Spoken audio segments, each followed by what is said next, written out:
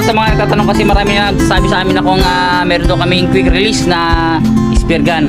So ayan, ngayong araw sisimula namin gumawa ng quick release na spear gun.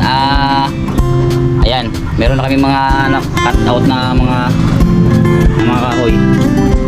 Update tayo sa susunod ng mga video natin. Magpapakita namin sa inyo yung resulta ng aming quick release, quick reload. Yan, isa lang yan sila. Yung walang kumbaga kay kalabugay kay rat-rat.